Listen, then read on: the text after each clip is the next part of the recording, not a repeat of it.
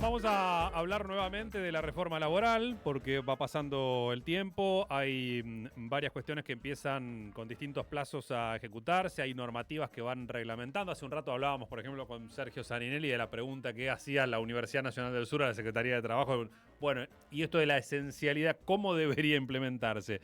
Nos dice, tampoco lo tienen muy en claro en la Secretaría de Trabajo cómo debería ser, pero sí hubo en los últimos días un decreto específicamente que trata muchos de los temas que están en la reforma laboral, así que tenemos aquí la batiseñal para convocar nuevamente a María de los Ángeles Rosón y tratar de ir comprendiendo. Gracias por venir, ¿cómo andás? Bueno, muchas gracias por invitarme. Bien, muy bien. Sí, es así como vos decís, el 1 de junio se publicó en el Boletín Oficial un decreto que tiene 3 anexos y trata sobre varios temas, uno de ellos sobre los convenios colectivos, otro sobre cómo se va a aplicar el FAL y uno específicamente sobre los certificados de salud de los trabajadores y las trabajadoras, que es un tema que es tan cotidiano que me parece importante poder abordar digamos, las cuestiones, ¿no? Que se reforman a partir de eso. Bien, sí, y además está interesante porque periodísticamente vi que circuló más la visión sobre FAL y sobre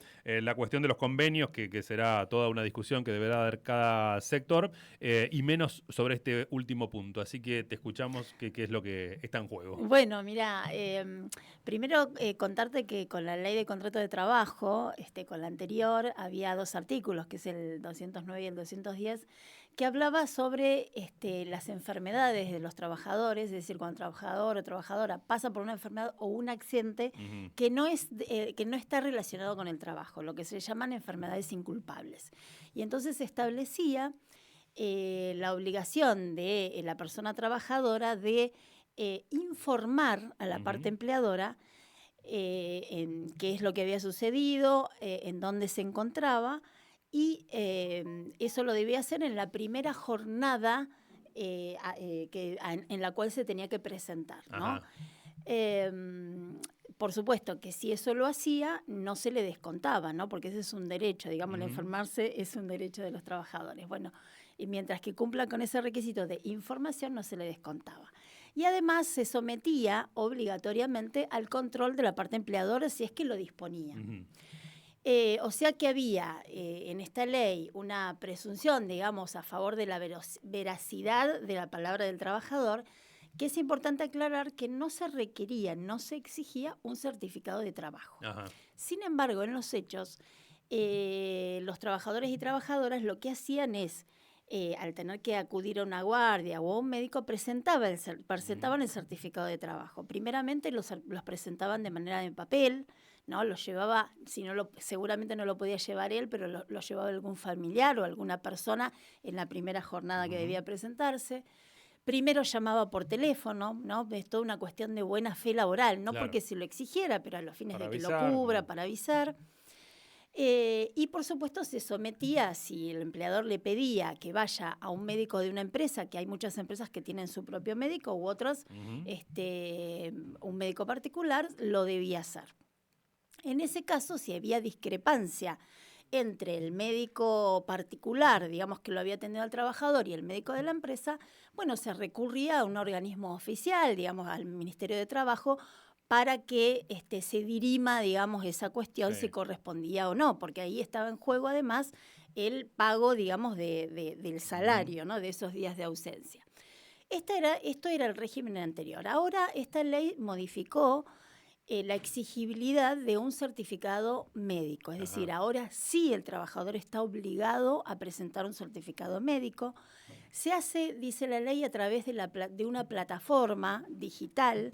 Esto tiene sus beneficios, digamos, porque últimamente los trabajadores lo que hacían era mandarlos por WhatsApp a algún personal de la empresa o los mandaba por mail, que eso también los beneficiaba, porque no tenía que mandar a alguien. Claro. Así que ahora, digamos, directamente se va a hacer a través de una plataforma, que esta plataforma tiene que estar registrada en el Registro Federal de Plataformas de Salud, que eso lo va a hacer la empresa, seguramente va a tener una clave el trabajador para poder ingresar y allí poder enviar el certificado de salud.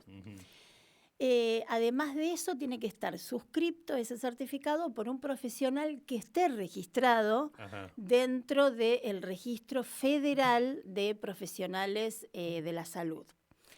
Y aclara que para el tema de la salud mental, para el tema de la salud mental, directamente aclara que tienen que ser médicos y no psicólogos, porque lo que sucedía en muchas ocasiones es que los trabajadores presentaron un certificado de su médico, de su psicólogo tratante por un tema de estrés o alguna cuestión así, y era aceptado o no, era discutido. Entonces, bueno, eso, digamos, ya quedó salvado, digamos, en la ley. En general, en el ámbito del Poder Judicial siempre se solicitaba un certificado de un psiquiatra en ese caso, y no el psicólogo, digamos, ayudaba, claro. Pero, digamos, lo que valía como prueba era el certificado del psiquiatra. O sea, ahora pasa a ser un médico que esté dentro de ese registro que vos mencionabas. Exactamente, inclusive el médico psiquiatra también.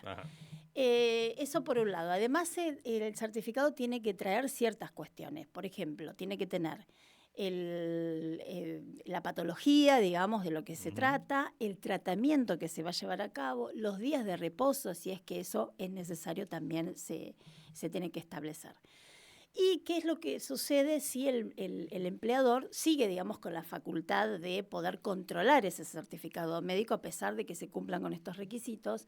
¿Y qué sucede si este médico que pone el empleador está en desacuerdo? Bueno, ahora lo que habilita esta nueva ley es a que esa discusión puede ser salvada por un médico o una clínica del ámbito privado.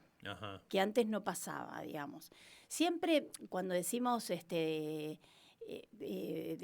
antes no pasaba y se recurría, digamos, al ámbito oficial, siempre el ámbito oficial nos da mayor objetividad, ¿no es cierto? En esto tenemos una presunción. Bueno, esto ahora no pasa, se faculta, digamos, a médicos que siempre que tengan una trayectoria buena, dice la ley, o razonable o destacable, que significa que esté 5 años como mínimo inscripto en el régimen federal de salud, se puede utilizar, digamos, esta figura del médico de la clínica del ámbito privado, así que eso también es un cambio, ¿no? Claro, o sea, es como si fuese en una conciliación entre un sindicato y un patrón, en vez del Ministerio de Trabajo, sea una entidad privada la que resuelve la discusión. Exactamente.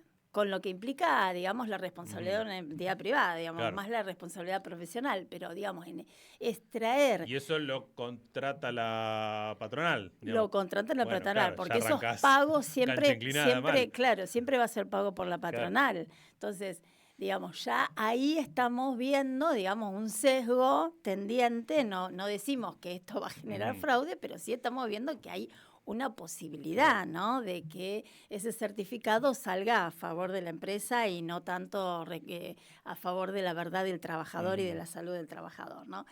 Así que, digamos que esta modificación que se ha hecho, que es la que venimos contando de muchos artículos, tiene esto de perjudicial, ¿no?, de vulneración de lo que el trabajador tenía, porque antes la facultad de poder presentar un certificado lo hacía igualmente el trabajador, lo hacía de buena fe, digamos, existía ese ámbito. Ahora hay una exigibilidad casi punitoria, te diría, porque y punitoria a favor de a las resultas a favor del empleador.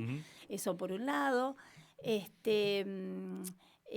Por otro lado, bueno, esa presunción, digamos, de buena fe se destierra, y muchas veces lo que sucede es que antes no se les recibían los certificados a los trabajadores. Esto sí hay que decirlo, porque cuando se presentaban en papel, las empresas a veces no le querían firmar el doble ejemplar, ¿no? La constancia para el trabajador. Ahora, mandándolo, también es un resguardo, ¿no?, para el trabajador de que queda, digamos, dentro de esa plataforma.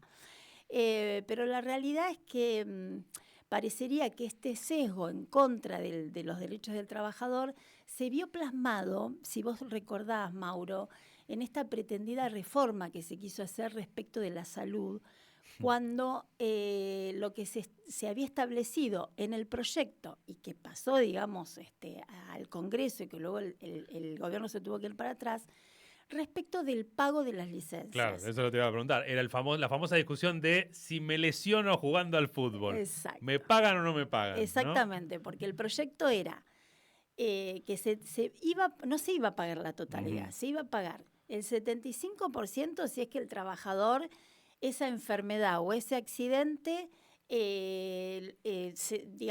lo tuvo porque pudo prever o porque se puso en riesgo. Se puso en riesgo, pero no sabía que le iba a pasar esa enfermedad o ese accidente. Le pagaban el 75% del salario, de la jornada, ¿no? Que se ausentaba. Y si el trabajador sabía que se iba a accidentar o se iba a enfermar, le pagaban el 50%. Una prueba diabólica. Aparte de un arbitraje total, de una arbitrariedad, mejor dicho, de que quién te define si yo sabía o no sabía o qué nivel de riesgo me exponía. Exactamente. ¿Quién lo define?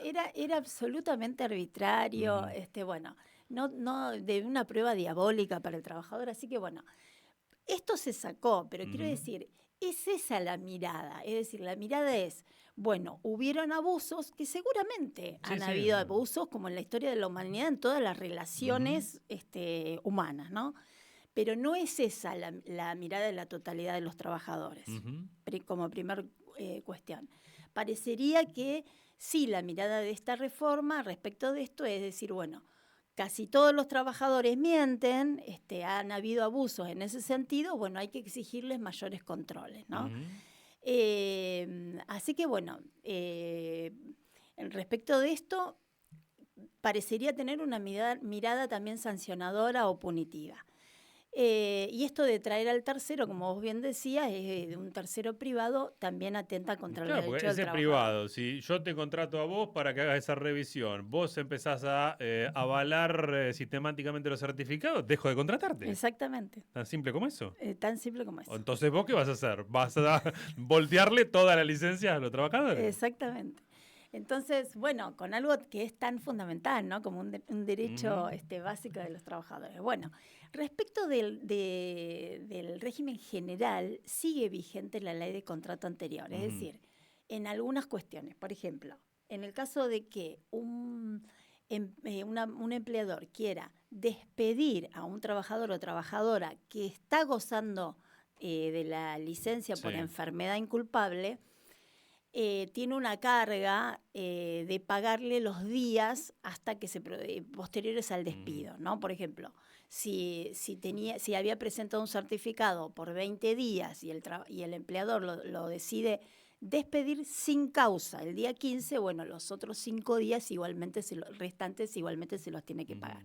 Eso, digamos, sigue en el mismo régimen, sigue el mismo régimen de la cantidad de días que se toman las licencias por enfermedad, que eso va a depender de la antigüedad de cada trabajador o trabajadora, ¿no? O sea, si tiene menos de 5 años, le van a corresponder hasta 3 meses de licencia por enfermedad. Si tiene cargas de familia, eso se duplica a 6 meses. Y si la antigüedad es mayor a 5 años, son 6 meses como mínimo hasta 12 meses la totalidad, si tiene cargas de familia. Y luego de eso, vencido, digamos, ese periodo, viene lo que se llama periodo de reserva del puesto. Eso sigue igual, tiene que notificar el empleador que comienza, digamos, el periodo de que le van a sostener el puesto, o sea, reservar el puesto sin goce de haberes. Entonces, durante ese periodo de un año, la persona trabajadora, si mejora su salud, puede reincorporarse y si está en las mismas condiciones anteriores, se va a reincorporar al mismo puesto de trabajo, con la misma tarea y demás. Ahora, ¿qué sucede si producto de esa enfermedad o accidente tiene alguna incapacidad? Bueno, en ese caso, el empleador debe adecuarle las tareas y no perjudicarle en el contrato que se llevaba adelante, ¿no es cierto? Porque tampoco fue una situación, digamos, buscada por el trabajador Claro. enfermarse. Tampoco para la empresa, es decir, una enfermedad es un tema que afecta a ambas partes, ¿no? Entonces ahí la ley trata de tener cierta ecuanimidad o cierto resguardo también para las dos partes, pero siempre poniendo énfasis en el trabajador. Esto es la ley de contrato de trabajo, que es el régimen que todavía sigue, ¿no? En algunos artículos.